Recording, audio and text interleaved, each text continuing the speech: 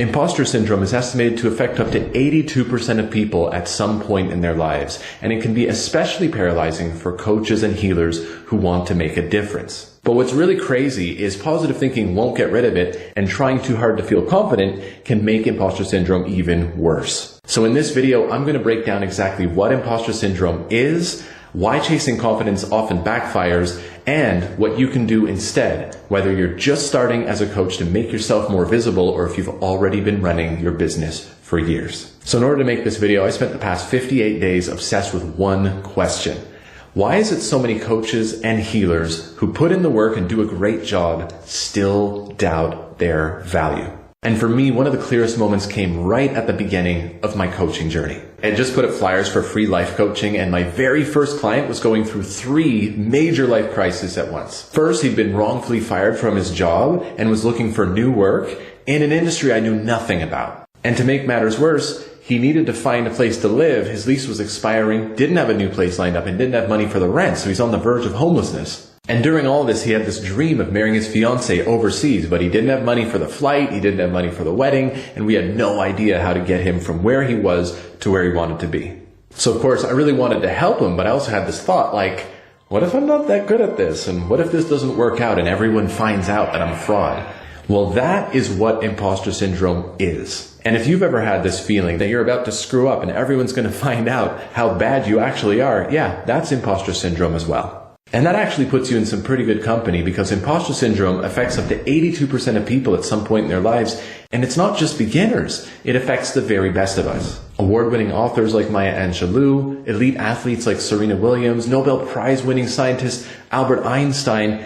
These people have all openly shared their struggles with imposter syndrome. And for coaches, healers, spiritual entrepreneurs, it can hit even harder because you're in a position of leadership. You're the one your clients look to for the answers, for clarity, for insight, for their breakthrough. Well, that was me sitting across from my first client who's deep in crisis. Now, this is actually the most pivotal part of the story, because when most people feel this doubt, they make a mistake that actually tightens imposter syndrome's grip and makes things even worse. And that mistake is when they're sitting with that doubt, they start to go on a search to gain more confidence. Now, I already know what some of you are thinking. Don't you need more confidence to overcome imposter syndrome and actually do a good job? And the answer is no. And to show you why, let me tell you a quick story. Well, there was once a young woman born into royalty, but she didn't know it. She had been taken from the palace as a baby and raised in a quiet village nearby. But as she got older, this quiet sense inside of her grew and grew. She felt like, I know there's more to me than this. I know I'm meant to contribute or speak up or do something or help others. I can just feel it, but I don't really understand it. But one day a messenger arrives from the palace, finds the girl, and reveals her destiny to her. He tells her, your mother was the queen, and you never knew her because you were taken away from the palace as a baby. Well, the queen is gone now, and the kingdom remembers who you are. They need you. You're next in line to lead. Now, the young woman, when she hears this, she can barely believe it. She thinks, I'm a villager. This is all I know. I don't feel like a queen. I've never led people. I don't feel confident. You must have the wrong person. But the royal messenger just smiled and said, that might be how you feel, but it doesn't change who you are. So she ended up accepting this duty to become queen. And it was really weird at first because it was all new to her. Her identity was the villager identity, and her real identity should have been queen, but it didn't feel natural at all. She didn't feel confident. She felt awkward. And the only thing pulling her forward was that her kingdom needed her. But over time, it started to feel more and more natural. As she stepped into the role, got to know it, embodied it more and more, she felt like the natural queen that she was born to be. But that confidence, that sense of what's natural, it actually only came to her later by showing up, by being of service, and just trusting that this true, deeper identity of who she really is would come out over time. So that's the story. But what does it have to do with me and you? Well, it shows why chasing confidence can be a big mistake that actually reinforces imposter syndrome. Let's go back to our story and imagine if the messenger came and the girl replied to him and said, okay, I hear you. I'm supposed to be the queen, but I don't feel like a queen. So let me take a course on becoming a queen, and in 5 years, I'll be ready to lead. But what happens then? By spending all of her time in the village and no time in the palace, she just reinforced the old life, this exact identity that she's trying to outgrow. So the paradox is, the more she tries to build confidence before being a queen, the more she lives out her imposter story. Because she's never lived it, she's never led, she spent all that time in the village instead of time being a queen. So now she feels even less like a queen than if she had just jumped in right away, felt the discomfort, and built her confidence from there. And it's the exact same for us. Because the moment you decide I need to feel more confident before I fully show up, you've already bought into the lie that you're not enough yet. So if you're waiting to feel confident before you move to your next level, whether it's raising your prices, speaking up, speaking on stage, don't go on a search for more confidence. Start where you are, because the search for more confidence will only make you feel like more of a fraud.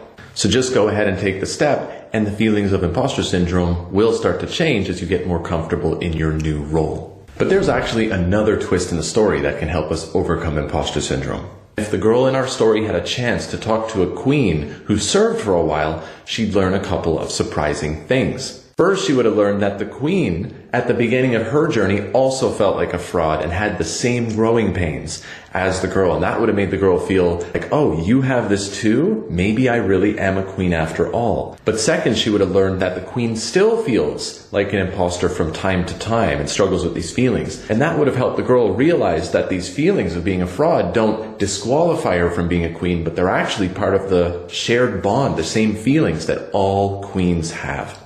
Because remember, imposter syndrome hits even the best of us. And that's where we really get to turn the tables on imposter syndrome. Instead of using that doubt as proof that you don't belong, you can use it as proof that you're exactly where you're meant to be. Because that voice that says, I don't know if I'm cut out for this, only shows up when you're on the edge of something powerful. Now there's only one problem, right? Knowing that other leaders go through this is great, but it doesn't solve everything, because you still have to help your clients get results. And if all your energy is being spent trying to manage these voices of doubt and imposter syndrome, it's going to be hard to solve those problems. So next I'm going to show you the one shift you need to make to overcome those voices of doubt and help your clients get results. And it's exactly what I had to do as I was sitting across from my first client. I still wanted to help him with his marriage. I wanted to help him find a new job. I wanted to help him find a new home. And being stuck in my head wasn't going to help any of that. So what did I do? I shifted one thing that my mind was focused on. My mind was focused at first on, am I good enough? And all I did was I moved it to, how can I help this guy get to where he wants to go? And that single shift changed everything, because every time that doubt crept in my mind, I'd ask myself, yes, but it's not about me, it's about him. How can I help him get where he wants to go? And by staying with that question, an answer would always come through. It would come through me, it would come through him, but focusing on that instead of am I good enough changed the whole conversation. And over the next months, we tackled every challenge together one by one. We raised over $10,000, and one day out of the blue, I saw this email come in with the invitation to his wedding. And that email still makes me smile, because we didn't have the answers. And we had to trust the process. But by doing it, he came out the other side. He made it to Rwanda. He got married, and he started a whole new chapter of his life. And that experience changed me. It showed me the real secret to overcoming imposter syndrome isn't to try and get rid of it or to try to feel confident first, but it's actually just to change your focus onto how you can help others. Because imposter syndrome thrives when you're focused on yourself, your credentials, your doubts, your fears, your worth. But if you can move it to service, move it to someone else, you can overcome it like that. So when I started with my first client, I didn't feel ready. I didn't have all the answers, but I did show up and I did focus on what we could do. And that's what made the difference. And over time, by being in this role, yes, that's given me more confidence. But you know what? Imposter syndrome still hits every time I stretch into something new. And that's okay. You don't need to get rid of imposter syndrome or try to get a bunch of confidence. You just need to keep taking the steps that own the role you're meant to be in. And no one's going to give you that permission but you. So if you feel imposter syndrome in your life, good. It's part of the path. It's part of what leaders do. Embrace it, but embrace the role you're meant to live. Shift your focus to something more empowering instead, like how you can help your people, and know that even imposter syndrome can't stop you from making the difference you're here to make. Was this video helpful? Do you have any questions about imposter syndrome? Let me know in the comments below. And if you're on this path and ready to step into your next level, click on the link in the description to find out about how we can take our next steps together.